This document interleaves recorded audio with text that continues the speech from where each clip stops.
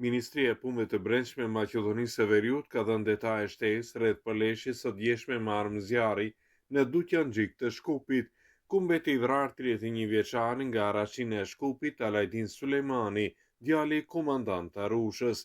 Sipas policisë, personat kishin ardhur në vendin e ngjarjes me motocikletë, ndërsa sipas njoftimit 31 vjeçari ndroi jetë në orën 16 pasi u transportua në spital.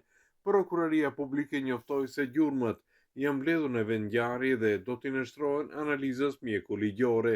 Me urdhër të prokurorit publik po sigurohen pamjet e kamerave të mbikëqyrjes nga objektet përreth. Për ngjarjen ka reaguar Lidhja Social-Demokrate duke kërkuar dorëheqjen e ministrit të Brendshëm Pançe Toshkovski. Министерството за вътрешни работи под водство Ministria e Brendshme në udhëheqjen e Pançe Toshkovskit është gjunjëzuar si kur më parë deri në atë pikë sa dje në mes të ditës në Shkup ndodhi një shkëmbim zjarri para stacionit të policisë. Sa njerëz duhet të vdesin që Pançe Toshkovski të mbajë përgjegjësi, është koha për dorëheqje. Rreth këtyre akuzave reagoi partia e kryeministit Mickovski.